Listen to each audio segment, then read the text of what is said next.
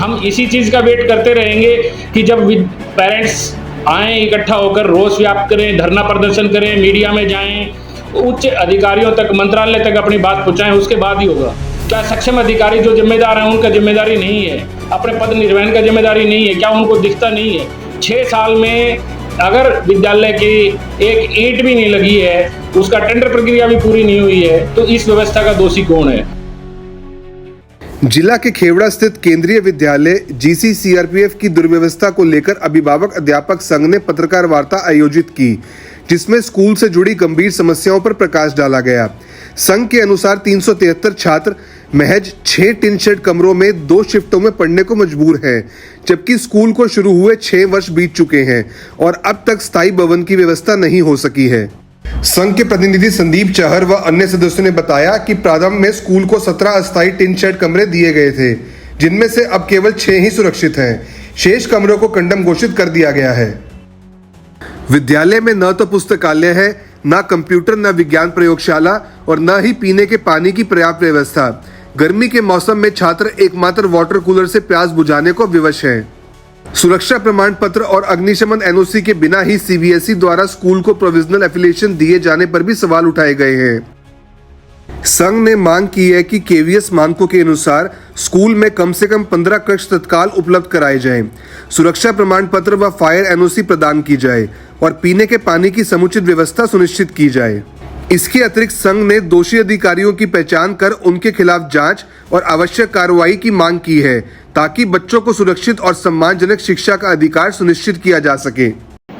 तो आज हमने केंद्रीय विद्यालय जीसी सीआरपीएफ में जो दुर्व्यवस्थाएं हो रखी हैं उसके संदर्भ में प्रेस कॉन्फ्रेंस का यहाँ आयोजन किया गया है। विद्यालय की शुरुआत 2019 में जुलाई के माह में हुई थी और पहली से 5वीं कक्षा तक विद्यालय शुरू किया गया था। उस time as a sponsoring authority जो कि ऑब्लिगेटरी है सीआरपीएफ के ऊपर, उन्होंने 15 कमरों का ऑब्लिगेटरी उनके ऊपर है, उन्होंने 17 कमरे विद्यालय को उपलब्ध करवाए थे। Over a period of 6 years विद्यालय 5वीं कक्षा से 10वीं कक्षा तक पहुंच गया है और लास्ट ईयर कमरों की संख्या 17 से 6 हो गई है। विद्यालय के लास्ट ईयर 11 कमरे जो हैं वो कंडम घोषित किए जा चुके हैं। इस वजह से विद्यालय का पिछले वर्ष से ही कुछ समय के लिए विद्यालय को ऑनलाइन संचालित किया गया। बाकी जो 6 कमरे थे उनमें भी रेक्टिफिकेशन किया गया, मॉडिफिकेशन किया गया और उनकी व्यवस्था अल्टीमेटली 6 कमरे ही ऐसे उपलब्ध करा पाए जिसका वो थोड़ा बहुत रिपेयर एक्टिविटीज़ कर सकते थे और उनको संचालित किया गया। अभी 6 कमरों के अंदर कक्षाएं संचालित हो रही हैं। 2 पालियों में विद्यार्थियों का स्कूल में जाना हो रहा है। पहली से 5वीं तक के विद्यार्थी जो हैं वो मॉर्निंग शिफ्ट में जा रहे हैं, 6ठी से 10वीं तक के विद्यार्थी जो है वो आफ्टरनून शिफ्ट में जा रहे हैं। अब विद्यालय में सिर्फ 6 कमरों में 1 कमरे में स्टाफ रूम है और 5 कमरों में कक्षाओं का संचालन हो रहा है, जिसकी वजह से विद्यालय में ना लाइब्रेरी की व्यवस्था बच्चों को उपलब्ध हो पा रही है, ना कंप्यूटर लैब की व्यवस्था उपलब्ध हो पा रही है, ना साइंस लैब की, ना मैथमेटिक्स की लैब की। और जो एक्स्ट्रा करिकुलर एक्टिविटीज़ हैं जैसे आपका वोकेशनल एजुकेशन है, आपका डांस क्लास है, तो ये सब सारी जितनी भी क्रियाएँ हैं ये विद्यार्थियों से इनको वंचित रखा जा रहा है। पठन पाठन कार्य इस वजह से प्रभावित हो रहा है। इसके कारण विद्यार्थियों में बहुत ज़्यादा पढ़ाई से लेकर उनका नुकसान हो रहा है। अभिभावकों में इस चीज़ का रोष है।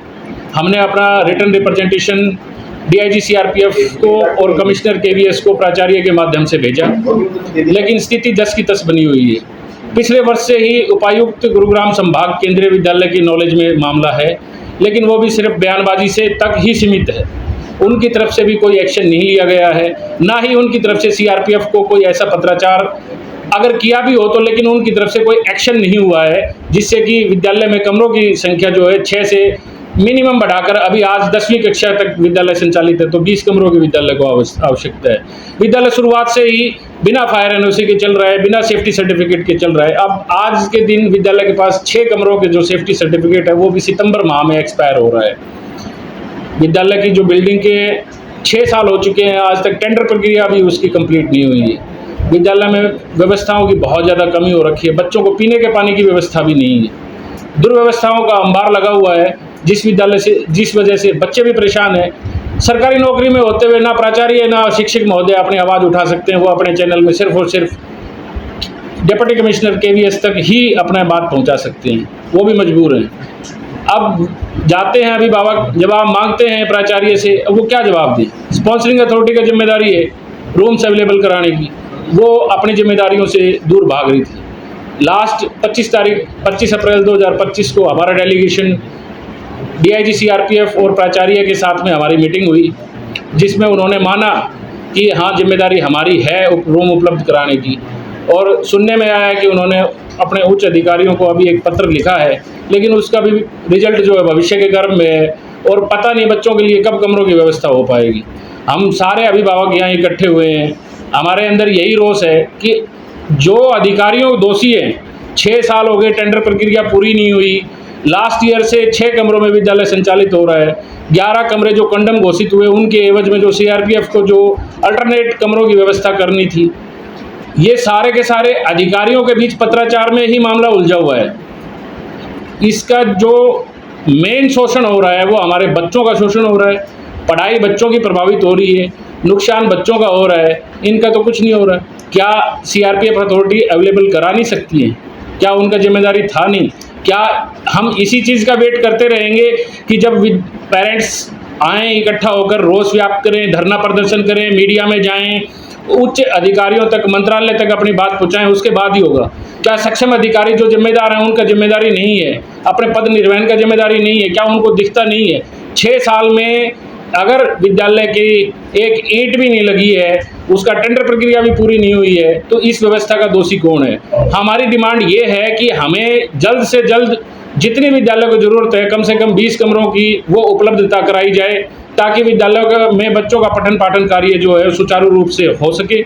इसके अलावा इसके जो भी 6 वर्ष तक जो टेंडर प्रक्रिया भी नहीं हुई और जो बीच में छात्रों का नुकसान हुआ है, इसका जो भी दोषी अधिकारी है, एक फेयर इंक्वायरी इस्टेब्लिश की जाए और दोषी अधिकारियों के खिलाफ में सख्त से सख्त जो उनकी तरफ से कार्रवाई हो, वो कार्रवाई अमल में ली जाए। सीबीएसई के नॉर्म्स को भी वायलेट किया हुआ है। सीबीएसई के मानकों के हिसाब से विद्यालय में भवन की जो पहली से 10वीं कक्षा तक कक्षाएं संचालित करने के लिए जितने कमरों की व्यवस्था होती है, वो सब चीज़ें भी नहीं है। सीबीएसई ने कैसे एफिलिएशन? हमारी डिमांड ये भी है कि ये भी एक इंक्वायरी का विषय होना चाहिए कि सीबीएसई ने एफिलिएशन कैसे दे दिया। अगर सीबीएसई ने, सुनने में आया चर्चा के दौरान कि प्रोविजनली एफिलिएशन दिया था पूर्व में जो प्रिंसिपल थे उनके अंडरटेकिंग के आधार पे, तो वो तो 6 महीने का होता है प्रोविजनल, तो उसके बाद में उसको रिव्यू क्यों नहीं किया गया? उसके बाद में उसका फॉलोअप क्यों नहीं किया गया? इसका जिम्मेदार कौन? बिना सेफ्टी सर्टिफिकेट के, बिना फायर एनओसी के विद्यालय संचालित हो रहा है, कल को कोई अनटुवर्ड इंसिडेंट हो गया तो उसका जिम्मेदार कौन?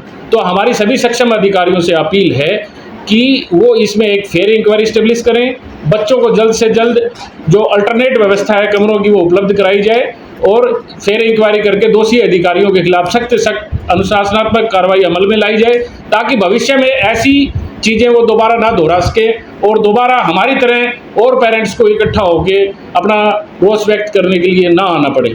धन्यवाद। स्कूल में बच्चों की संख्या कितनी है? स्कूल में बच्चों की संख्या लगभग 450 है।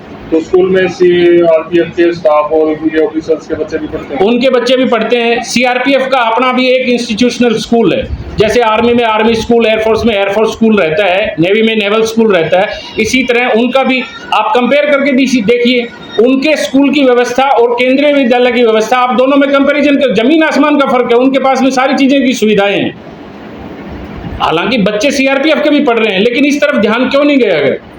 हम वर्बली बहुत बार कंप्लेंट कर चुके हैं, हमारी तरफ हमारी कंप्लेंट पे कोई, हमारी रिटर्न कंप्लेंट पे अभी तक नहीं हुई, इसलिए हमें आज यहाँ आना पड़ा है।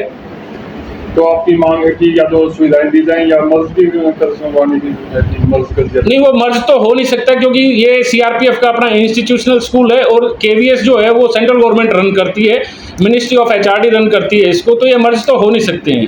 टेक्निकली जो है इनका फंक्शनल कंट्रोल जो है वो दोनों का अलग अलग है, तो ये मर्ज नहीं हो सकते हैं। लेकिन हम कंपैरिजन बता रहे हैं, और कंपैरिजन भी छोड़िए, आपको टेम्परेरी बिल्डिंग की व्यवस्था करनी है जो ऑब्लिगेटरी है। आप अगर विद्यालय लेके ही क्यों आए थे?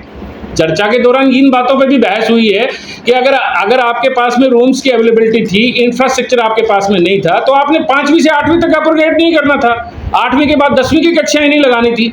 अब जो पिछले वर्ष जो बच्चे 10वीं तक की कक्षा में पढ़ के जा चुके हैं या जो अभी बच्चे पढ़ रहे हैं, उनको जो कंप्यूटर का जो नुकसान है, जो कंप्यूटर लैब है नहीं है, कंप्यूटर क्लास कैसे करेंगे, एआई का पेपर कैसे देंगे, कैसे उनके इंटरनल मार्क्स लगेंगे, उनके पास में साइंस लैब नहीं है, तो इन सब चीज़ों की कमी की वजह से उनकी पढ़ाई तो प्रभावित हो ही रही है।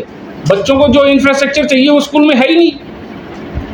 अब सैनिक स्कूल, मिलिट्री स्कूल और RIMC में दाखिले का सपना होगा पूरा। प्रिंस सुखोई एकेडमी सोनीपत लेकर आया है प्रोफेशनल कोचिंग RMS, RIMC और सैनिक स्कूल के लिए। क्लास 3री से 8वीं तक के बच्चों के लिए विशेष बैच शुरू। तो देर किस बात की, आज ही संपर्क करें स्क्रीन पर दिए नंबर पर। अपने शहर की हर ताजा खबर के लिए हमारे चैनल SNA न्यूज को सब्सक्राइब करें, लाइक करें, कमेंट करें व शेयर करें। बेल आइकन दबाना ना भूलें। हमारे अन्य सोशल मीडिया प्लेटफॉर्म्स पर भी हमें फॉलो करें।